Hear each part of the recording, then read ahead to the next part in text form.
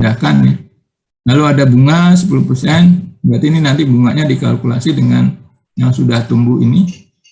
Karena ini hitungannya 1 tahun ketiga, berarti nanti yang dibungakan 10% ini di awal tahun ketiga ini, 605.000 ini. Dari sini besarnya adalah 60.500. Lalu ini ditambahkan ya, 605 ditambah 60.500 jadi 665.500. Ini di akhir tahun ketiga, maka di awal tahun keempatnya kita pindahkan. Ini nilainya sama dengan akhir tahun ketiga. Lalu setelah 1 tahun keempat, ini berarti bunga di akhir tahun keempat ya, 10% dikali ini. 66.500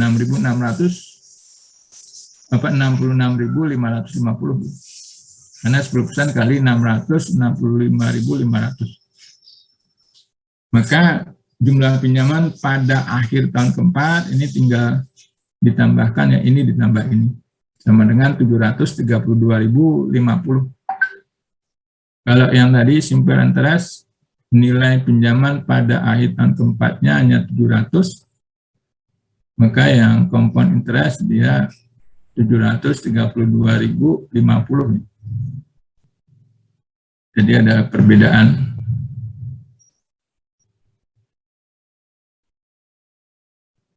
Nah, kalau untuk yang simple interest, rumusnya adalah P I ya, sama dengan P dikali I dikali N. Kita coba mau cari rumus yang compound interest. Misalkan di sini akhir tahun ke-0 ya, jumlah uang pada awal tahun ke-0 yang belum ada, lalu jumlah uang pada akhir tahun ke-0 ini P. Nanti di akhir tahun pertama, jumlah uang pada awal tahun pertama ini tinggal kita pindahkan ya. P dipindahkan ke sini P. Lalu jumlah uang pada akhir tahun pertama ini berarti future tahun pertama ya. Dia F1 gitu. Dia 1 tahun mendatang. Berarti ini simbolnya F1. Berarti konsepnya adalah P ditambah P dikali I. Ini berarti kita sederhanakan ada P dikali 1 ditambah I. Ini adalah F1. Lalu menginjak di akhir tahun kedua gitu. Ini jumlah uang pada awal tahun keduanya, berarti ini tinggal dipindahkan ya, F1 ini pindah ke sini. F1, lalu jumlah uang pada akhir tahun kedua ini berarti F2.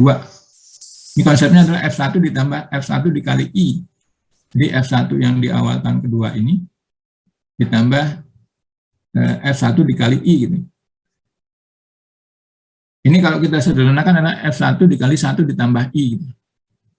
Kalau kita mau masukkan unsur yang ada P-nya, berarti ini F1 kita ganti yang di atas. P dikali 1 ditambah I, ini adalah F1.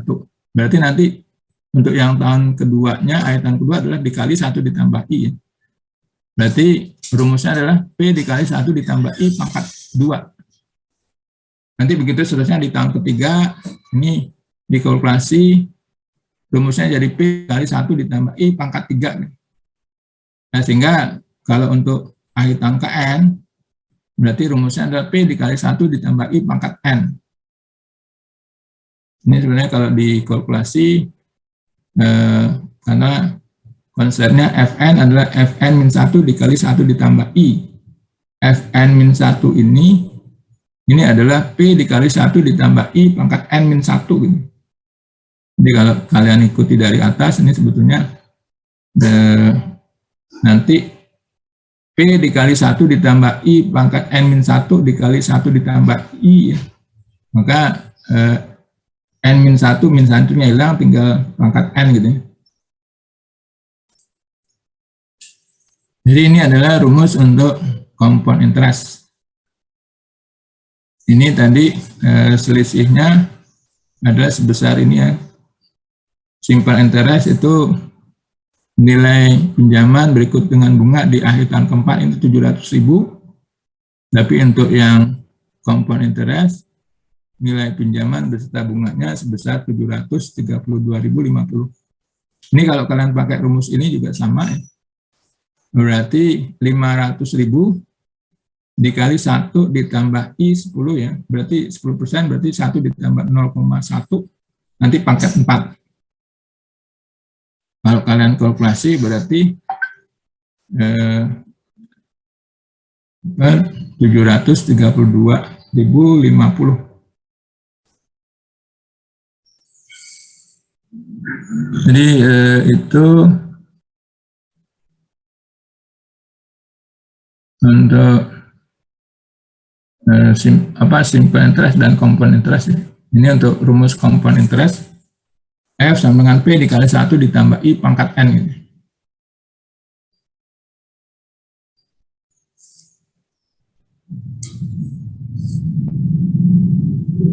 Oke, ada pertanyaan mungkin?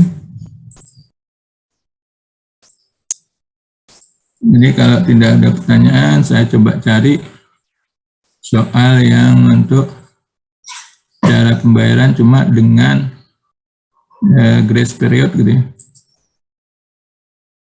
Itu dengan ada konsep masa tenggang. Kalian coba, mana di antara ini, saya kasih soal, kalian coba kerjakan.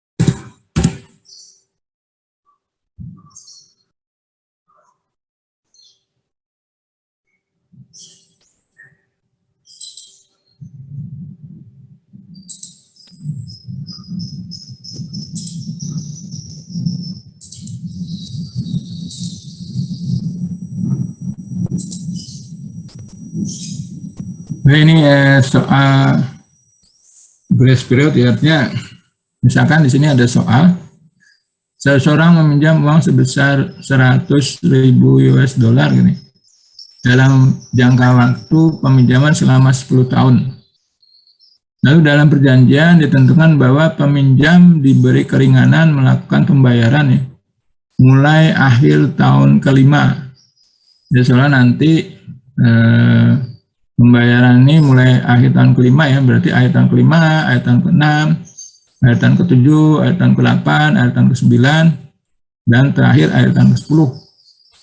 Setelah akhir tahun ke-10 dilakukan pembayaran yang polanya ini, maka sudah tidak ada peminjaman ya, nol artinya. Lalu yang ditanya adalah jika besar suku bunga adalah 6% per tahun, hitung pembayaran kembali uang pinjaman tersebut dengan menggunakan cara ketiga, tapi ada grace period, ada masa tenggang.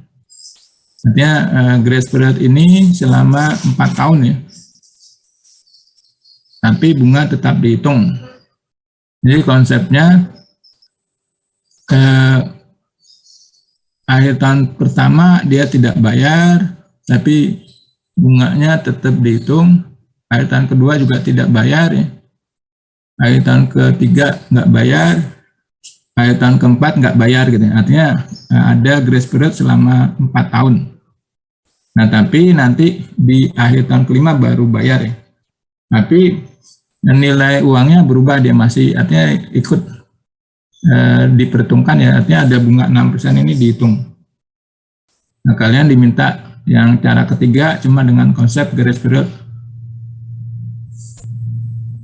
Sama ya, artinya grace periodnya itu dari tahun pertama tidak bayar, cuma pinjamannya karena nol yang tetap dihitung yang seperti kasus yang cara keempat, bunganya tetap dihitung. Lalu nanti tahun kedua juga tidak bayar ya, artinya nol, tapi bunganya tetap dihitung. Ini coba kalian, artinya untuk PR ya, untuk kalian coba kerjakan. Nanti ini saya share ya di grup WA.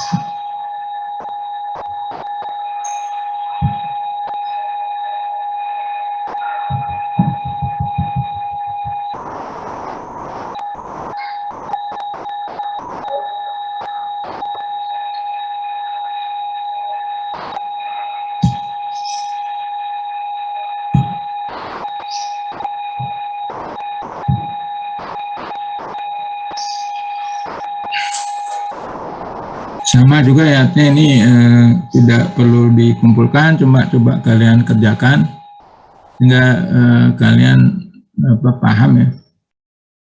Ini nanti kalau ada soal-soal seperti ini ada di PS misalkan ya, kalian sudah tidak perlu bingung gitu ya. Yang jelas nanti sampai dengan akhir tahun peminjaman itu sudah nol ya, sudah tidak ada beban atau bunganya tidak ada beban hutang gitu.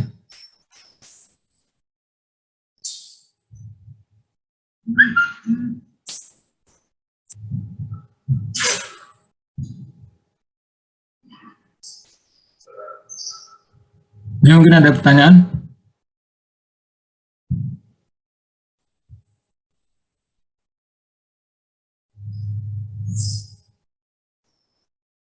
Kalau tidak ada pertanyaan, kita cukupkan ya. Karena ini udah hampir jam 10 kurang 8 menit. Dan setelah ini ada mata kuliah lain. Baik, ini kita masih untuk pembelajaran tatap muka belum ya? Karena kemarin saya tidak diingatkan untuk kelas, kemarin saya ngajar kelas PJJ ya.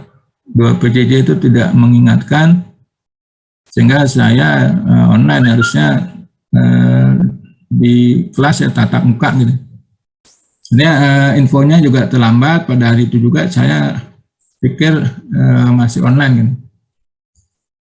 Jadi nanti kalau ada misalnya PTM ya, pembelajaran tatap muka juga paling enggak jangan mendadak, tolong diingatkan gitu. Saya lihat sih jadwalnya kalian belum minggu-minggu ini ya, mungkin minggu akhir kalau nggak salah. Baik, jadi untuk hari ini saya rasa cukup ya. Sebelum saya akhiri, mungkin saya bertanya lagi, mungkin ada pertanyaan. Jadi ini masih konsep-konsep mau nanya absen. Artinya untuk absen belum learning, artinya yang jelas ini masuk semua, masih saya catat masuk semua. Sebetulnya untuk absensi saya serahkan ke administrasi ya. Kalau kalian misalkan nanti dianggap nggak masuk, padahal kalian masuk, kalian coba protesnya ke sana, ke admin Bu Suci ya, atau Mbak Bella atau Mbak Suci gitu. Ada lagi mungkin pertanyaan? Jadi kalau tidak ada, kita akhiri ya. Wabillahi taufiq wal hidayah. Wassalamualaikum warahmatullahi wabarakatuh. Waalaikumsalam warahmatullahi wabarakatuh. Waalaikumsalam, Pak. Ya, baik. Terima kasih, Pak. Pak. Terima kasih, Pak. Saya izin live ya.